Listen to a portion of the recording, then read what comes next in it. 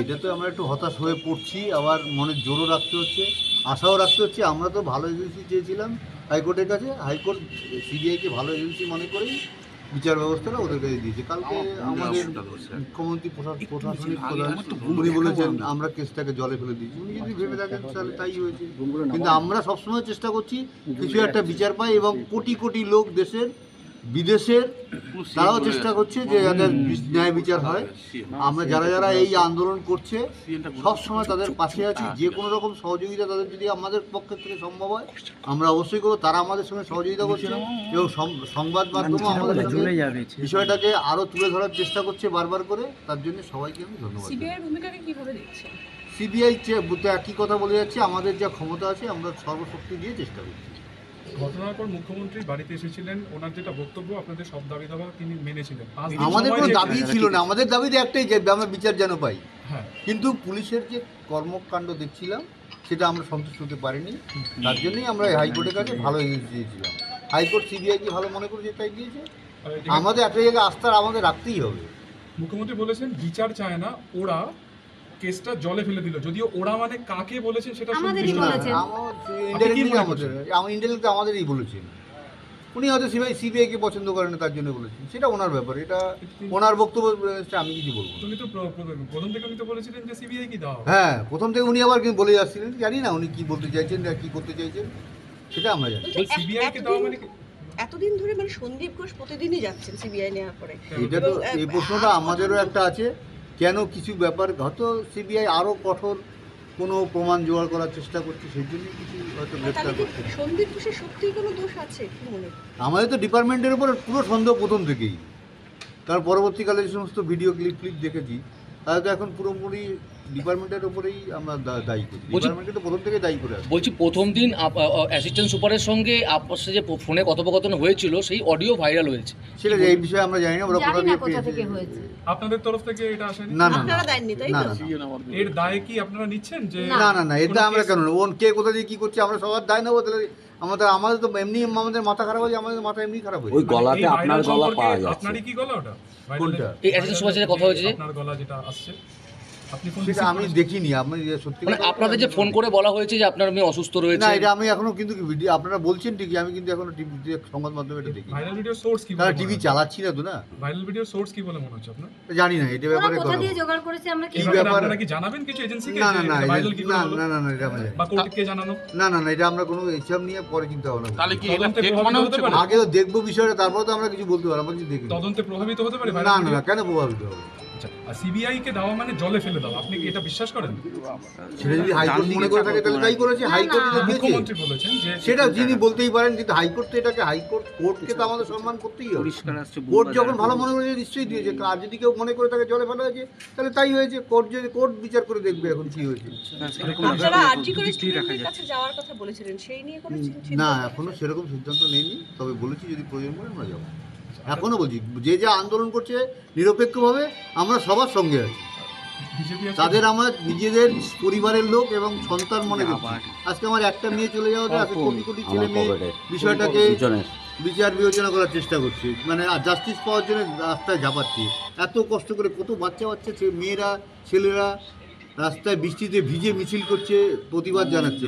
মানে পক্ষে আমার মেয়ের পক্ষে কথা বলছি, তাদের তো সহানুভূতি জানাতেই হবে। বিজেপি আজ থেকে দমনা মঞ্চ 7 দিন, সেটা ওদের ব্যাপার, রাজনীতি দলের ব্যাপারে কথা বলবো না আমি তো প্রথম থেকেই। আর একটা হচ্ছে প্রথম যেদিনকে আপনি মানে গিয়েছিলেন স্পটে, আপনি বলেছিলেন সবুজ চাদর, অথচ যে একটা ভিডিও ভাইরাল আসছে সেটা দেখেছে নীল চাদর দেওয়া ছিল। আমি কিন্তু দেখিনি, কিন্তু আমাদের দেখেছি সবুজ চাদর গায়ে ছিল, এটা বলতে পারবো।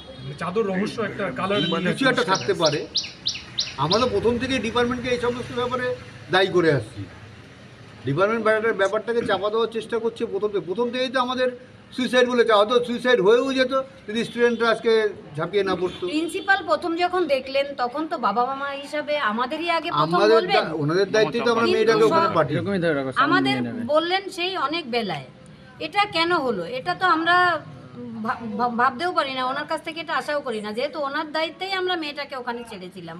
উনি তো আগে আমাদেরই বলবেন। লাল টি শার্টের কোনো কিনারা হলো না? লাল গেঞ্জির একটা ছিল না, এখনো পর্যন্ত আমরা জানতে পারিনি। তবে একটা সন্দেহজনক ব্যাপারটা ছিল, তাই ওর বলেছিল যে ছবি আমরা দেখেছিলাম ওখানে একটা লাল গেঞ্জি পরে ছেলে ঘোরাঘুরি করছিল, কিন্তু আমার কাছে তো তখন ফোন ছিল না, আমি কোনো কিছু ক্লু রাখতে ছবি পারিনি। রাখতে পারেনি। আর তখন আমাদের মানসিকতা ছিল না যে প্রমাণ রাখবো, কারা প্রমাণ মোছার চেষ্টা করছি তাও তো আমরা বুঝতে পারিনি। শুনুন, কোনো একটা ঘটনা ঘটলে আমরা সবার প্রথম তো পুলিশের শরণাপন্ন হব। আমরা সেরকমই পুলিশের কাছেই সমস্ত আমাদের যা বক্তব্য বলছিলাম, কিন্তু পুলিশ আমাদের 3 ঘন্টা ধরে ঢুকতে দেয়নি। কেন, কী ব্যাপার সে তারাই জানে। আপনারা মুখ্যমন্ত্রীর দেওয়া 5 দিনের সময়সীমার আগে কোর্টে গেলেন কেন? ওইটাই তো বললাম যে পুলিশের আমরা উপর আমাদের পুলিশের আস্থা ছিল না আস্থা বলে। আস্তে আস্তে হারিয়ে যাচ্ছিল। প্রথম দিকে তো যেগুলো দেখছি, প্রথম থেকে যে ঘটনাগুলো ঘটছে, সেই জন্যই আস্তে আস্তে আমরা বাধ্য হয়ে সিবিআই কাছে যেতে পারি, একটা পার্টিকুলার প্রশ্ন যে হাইকোর্টে যেতে বাধ্য। সিবিআইয়ের কাছে আমরা যাইনি, আমরা হাইকোর্টে। গতকালকে মুখ্যমন্ত্রী বলেছেন যে যারা জুনিয়র চিকিৎসক যারা কর্মবিরতি করছেন রাজ্য তাদের বিরুদ্ধে না, তিনি আজকে তো কথাটা প্রত্যাহার করে নিয়েছেন। ব্যবস্থা নিচ্ছেন না। তো আজকে তো কথাটা উনি প্রত্যাহার করে নিয়েছেন। সেটা দেখেছি, সেই জিনিসটা দেখেছি।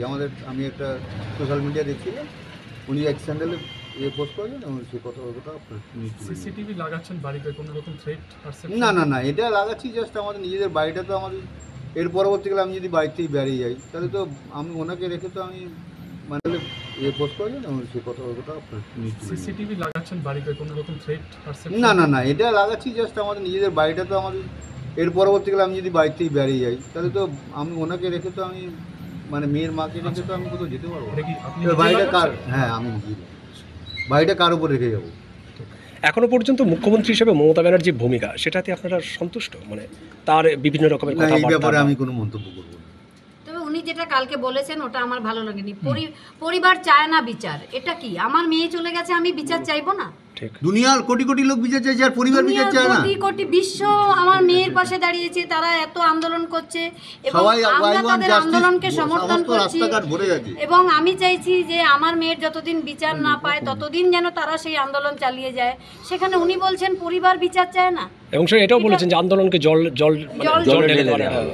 আমার মনে হয় ওনার তো ছেলে মেয়ে নেই, তাই উনি সন্তানহারা বাবা মার যন্ত্রণাটা বুঝতে পারছেন না, তাই হয়তো উনি এই কথা বলছেন। কথা বলার মানসিকতা ওনার আসছে, এই ব্যাপারে আমরা আর কোনো মন্তব্য করবো না। কষ্ট লেগেছে এই মন্তব্যে? এই মন্তব্যে কতটা মর্মাহত আপনারা? ওনার অবশ্যই যেমন খারাপ বলেছিলেন যে একটা বিচ্ছিন্ন ঘটনা, এরকম ঘটনার কথা শুনলে তো মনে কষ্ট হবে। সৌরভ গাঙ্গুলি বলেছেন। সৌরভ গাঙ্গুলিও তো ছোট ঘটনা এই ধরনের অনেক কিছু সহ্য করতে হয়েছে সোশ্যাল মিডিয়ায় বলেছিলেন। সোশ্যাল মিডিয়ায় ওনাকে যে যাই বলুক, আমরা এত বছর ধরে যা করেছিলাম এবং মেয়েটা এতদিন ধরে যে স্বপ্ন নিয়ে এগিয়েছিল সব তো ধুয়ে মুছে সাফ হয়ে গেছে, এক রাত্রে কিছুই তো সব নেই আর। তবে আমরা ভীষণ ভাবে মানে কি বলবো, আজকেও সেই বৃহস্পতিবার, যে বৃহস্পতিবারে মেয়েটা আমার ঘর থেকে বেরিয়ে গেছিল আর সে ফিরে আসেনি, তাই আমাদের যে কতটা দুঃখ সেটা আমরা তো কাউকে বলে বোঝাতে পারবো না। যদি বিচার পাই একটু দুঃখ কমবে, এটাই। আমার মেয়েটার আত্মাটা একটু শান্তি পাবে, এটাই আমাদের আশায় বসে আছি। আর কি করবো বলুন, আমাদের আর কিছু করার নেই। এমন একটি অভিযোগ উঠছে যে না, আর কোনো কথা